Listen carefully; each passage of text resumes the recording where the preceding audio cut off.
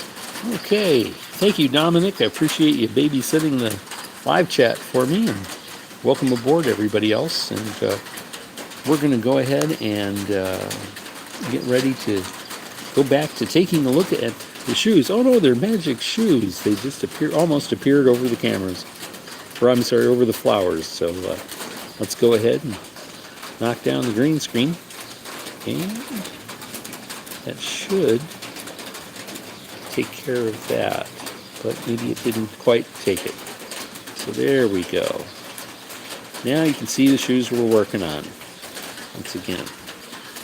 Okay, so what we've done so far to review is we've addressed a couple of blemishes, and you can still see a little bit of the one here. You can see a little bit of the moisture from the rain that's falling. It's helped to dampen the boot a little bit. That's not such a big concern. Leather needs water just as much as it needs a lubricant and a preservative. And of course, you can see where I started to apply the black rock here to the cut portion of the leather. But we're going to get kind of sloppy now. We're going to apply some more. And more is good, but we don't want to overdo it.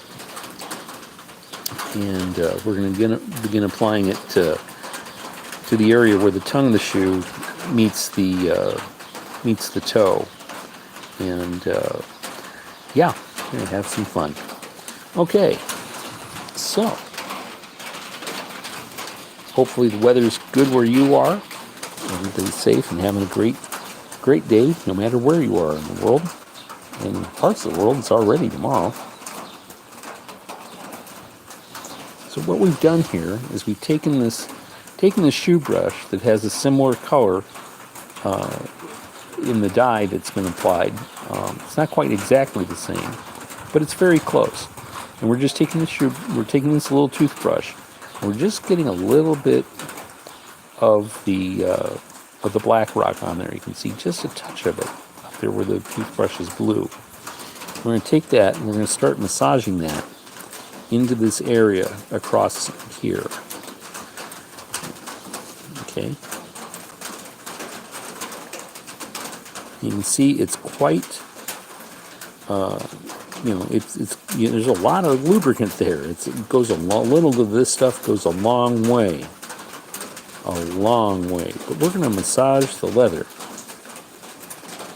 And we're starting around the areas, of course, where the leather's been cut. Okay, we're just going to go ahead and feed that with this black rock.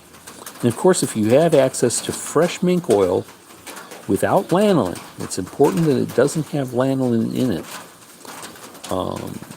As we discussed in the previous video, of course you can use that. And it should be fresh mink oil. You can tell whether mink oil is fresh or not by its aroma. Fresh mink oil has, of course, a very, very musky scent to it, which is by itself quite intoxicating in a way. I miss the smell of fresh mink oil. But black rock, of course, if you're sensitive to the animals and their lives, black rock, if you use with a leather, isn't made from mink, but it does just the same. It's still the fat of animals and such, just simply that they've been, that they've died and were absorbed by the Earth's crust, and then reconstituted into petroleum. Same thing, different process. Life is a circle. We are all temporal, and so are the animals.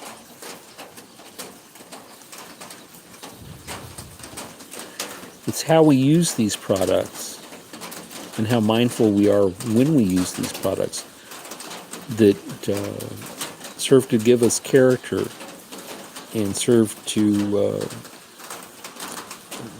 give us an avenue to give thanks for the world and the earth that's been created for us. But you can see, as I apply that to those cut areas, that it darkens. And that's because the oil actually feeds the leather and helps it to heal. The animal may be gone that was sacrificed to make these very, very beautiful boots that I have. But part of it lives on when we do this.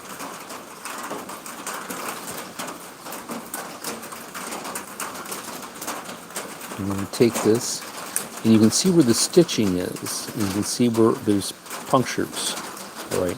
We need to get in there too and start that oil flowing down into the punctures, so that this will also, kind of hard to do this and watch the camera at the same time.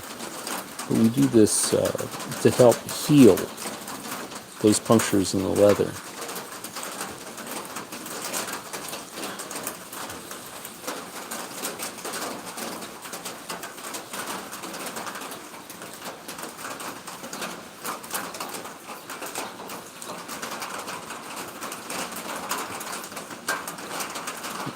For those of you who just joined us, this you may be hearing the rainfall. That's not hail. It's just we're simply under an awning, and the sound of the larger drops that accumulate as the gentle rain falls on the leaves of the trees, and then they gather and become larger drops. So they fall and they sound quite loud.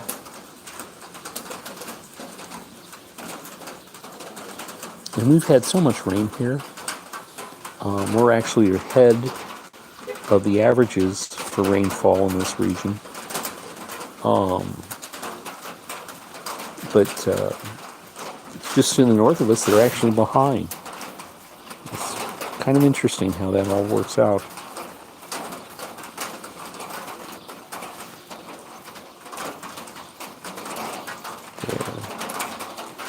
So you can see that's starting to work in there. And dab a little more black rock on there. We're going to go to this stitching up and through here and do that next. And like I said, when you do this, you need to plan ahead.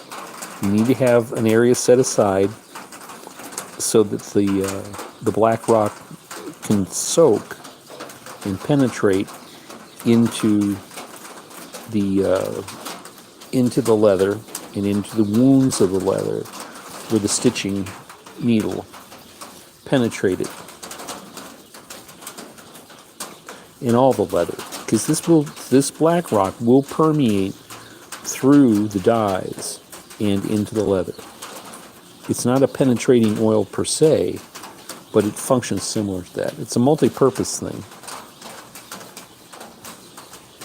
So you can see we've got that there. And we're going to go up on the outside.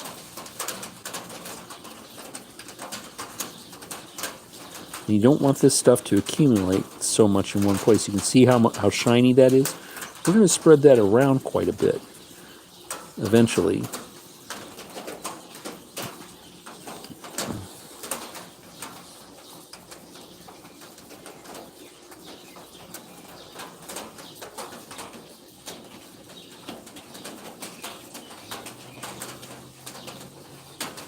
But the important thing is that we get that into that stitching where the needle has penetrated the leather.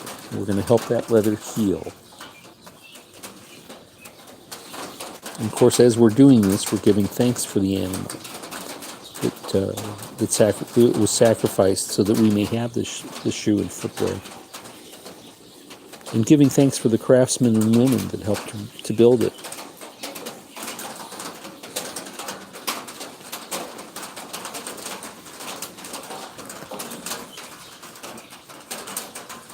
And we want this kind of thick as we first apply it.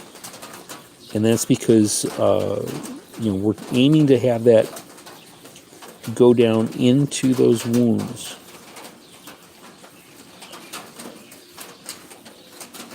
And of course it gets a little tricky as we get up here near the speed lacing. Of course, these are eyes for where your laces go, and then up here, this is speed lacing. All right, I'm pretty sure most of you are familiar with speed lacing. No, actually, these are hand built, Jeff. They're hand built by Grunman Shoes in Vincennes, Indiana. And they were hand built for me. I have feet that have special needs now, and I'm very blessed to have them. But yeah, these same rules and what I'm teaching you, they apply to almost all footwear.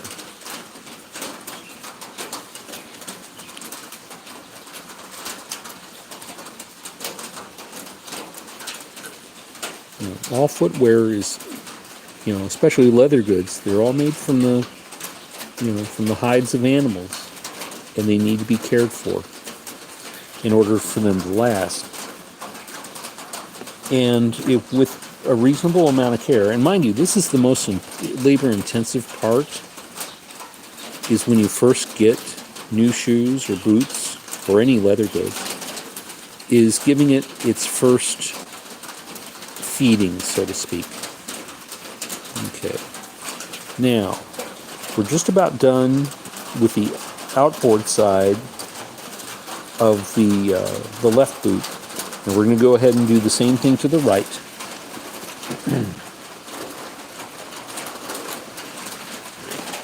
We're going to start again where we left off, across here. So I hope you all are having a great day and enjoying this kind of an AMSR type of a thing. And of course, you're more than welcome to ask any questions you care to as I'm doing this. Just be aware I may not be able to answer the questions in real time, but I'll try to answer them all before the end of the live session.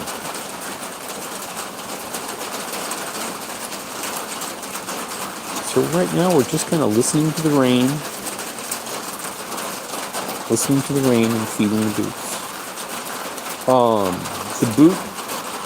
The boot preservative I'm using, or boot grease, as Jeff Kendall is asking, is Black Rock.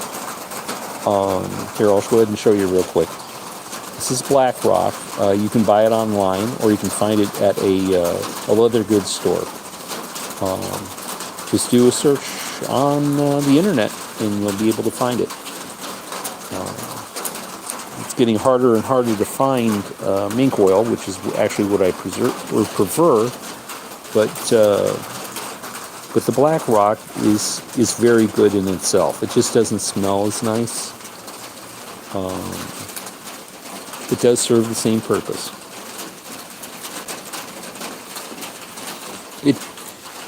I was first exposed to Black Rock about 3 years ago when I had my first boots made.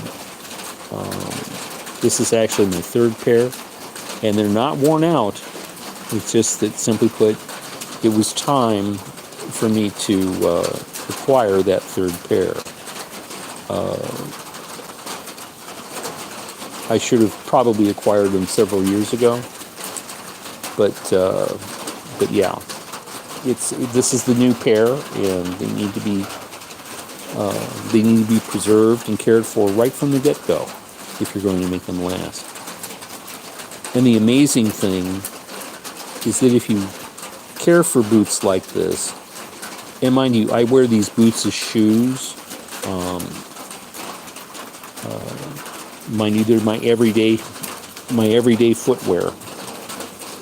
And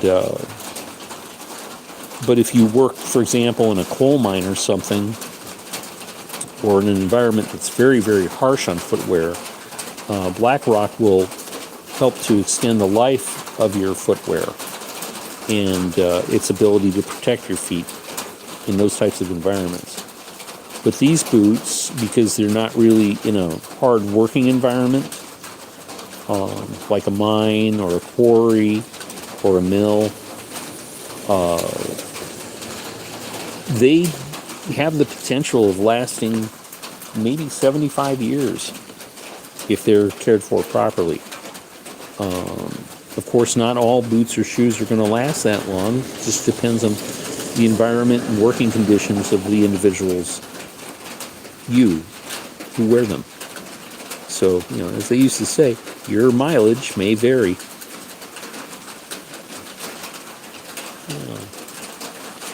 Nanya asks, can Black Rock be used on automotive leather?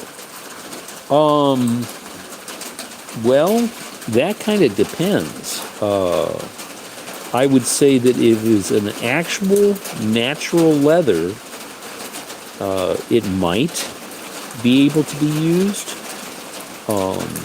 But my recommendation would be to contact the manufacturer of the vehicle They know more about the care of the upholstery and the finishings inside an automobile than I do. The other thing you have to be mindful of is that leather, if you, for example, have leather on the dashboard of a very high-end automobile, that's exposed to even harsher conditions than what these boots and shoes are exposed to, because oftentimes they're exposed to sunlight underneath the windscreen or windshield of your car for hours and hours on end. Also, leather probably wouldn't be used on a dashboard, maybe on a seat, but not on a dashboard. And that this stuff is very oily, and it will stain your clothing. That's why I'm wearing an apron as I'm applying it. So, like I said, my advice is to contact the manufacturer of the vehicle and ask them for recommendations.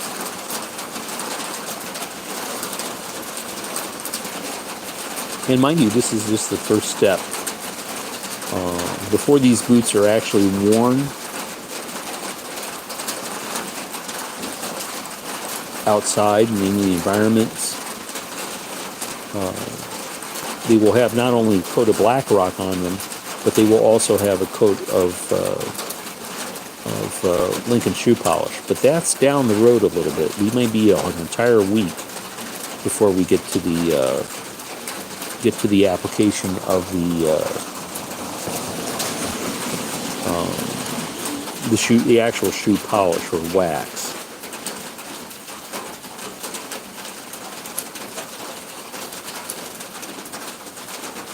So we're just going along here and addressing the areas where the cut leather is. I'm right-handed, and of course I'm having to hold the camera with my left hand and apply the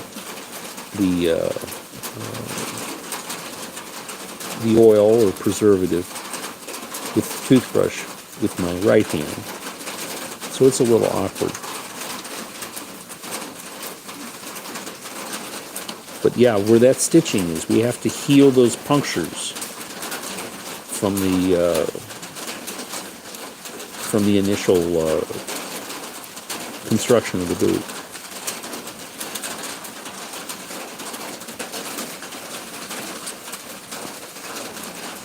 Now, another place that we really need to tend to, and it's going to be a little difficult for me to show you, is here, all right, where the upper meets the sole, all right, or foundation of the boot. All right, so we're going to have to go ahead and massage some of the boot grease or oil or mink oil, whatever it is you're using, into here. And this is where things get a little sloppy.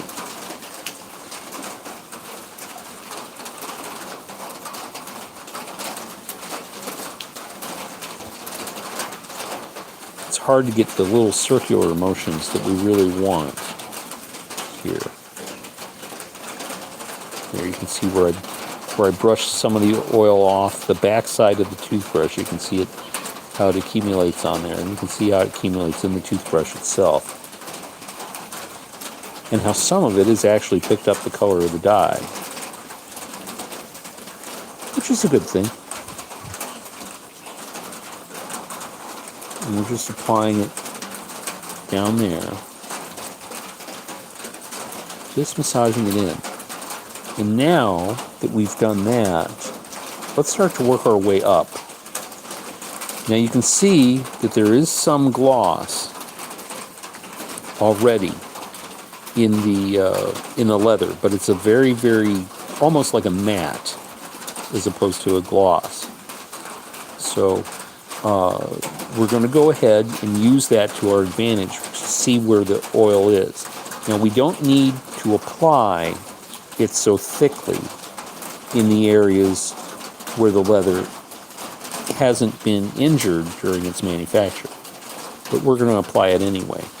And by the way, what you're seeing here isn't foaming. Okay, black rock doesn't foam. You're just simply seeing the gloss of the black rock itself. But here comes the fun part as we begin to move it upwards. And we start at the bottom and move up, because it's the lower part of the shoe that actually takes the most stress. And by doing it this way, we keep massaging that leather. And we should use alternate circles as we're doing this. So clockwise and then anti-clockwise as we move upwards.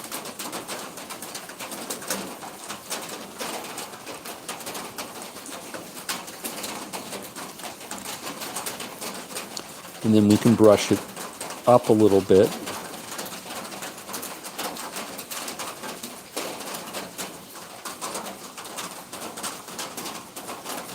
And like I said, that's not foam. That's just the reflection of the oil.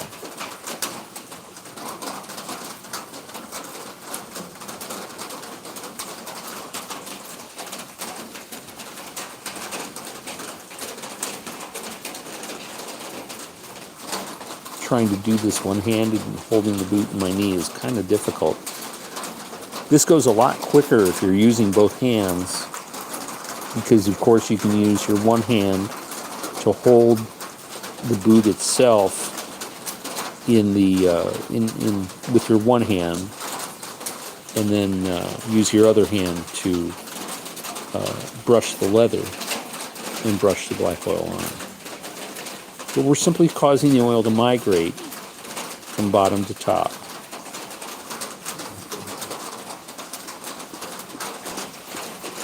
And a little of this stuff, as you can see, goes a long, long way. Of course, black rock on the instructions, they recommend that you go ahead and use like a paper towel to do this. And you can do that.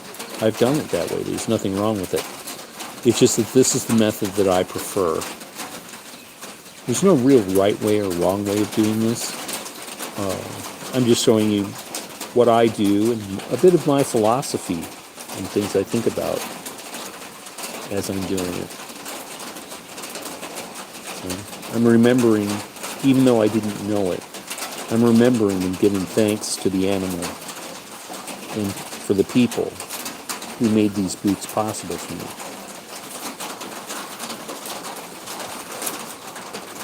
Called mindfulness. But here you can see that most of this is now a uniform color. All right, this is what we're aiming for, or not a uniform color, but has a uniform coat, and this is what we're aiming for. All right. Now we've done the outboard side of the right shoe first.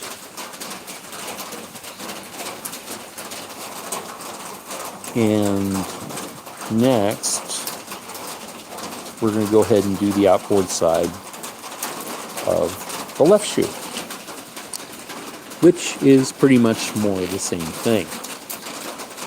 So, I'm sure you guys would be just perfectly thrilled to death to watch me do that. And it's kind of a long process, so I don't want to bore everybody as I do this. But I'm going to go ahead and end this video now, and that's going to be it for today.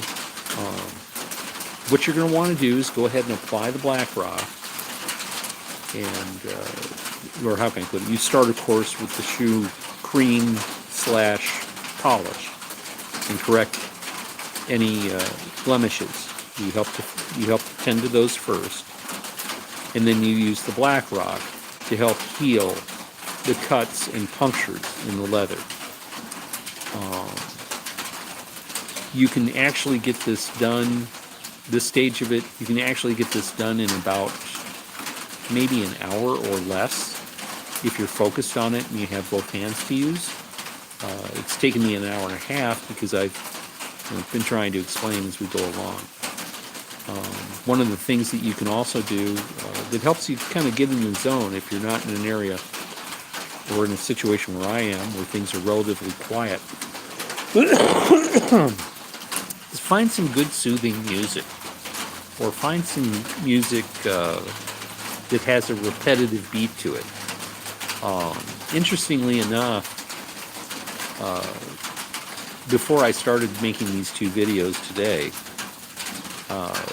I was listening to Robbie Williams and the song Millennium, and I just put it on loop. Don't think about the words or anything so much, just concentrate on the beautiful flow, or not concentrate, but let the beautiful flow of the music flow in the background, and let it calm you. If you're the type of person like I am, and are very easily distracted, but that helps to calm me and bring me to center. Oftentimes myself, I do this very, very early in the morning, usually starting around 2 or 3 o'clock, when the neighborhood is very still, and I use that as my meditative time. So, yeah. So I'm going to go ahead and wrap this one up on meditation, mindfulness, and the care of footwear.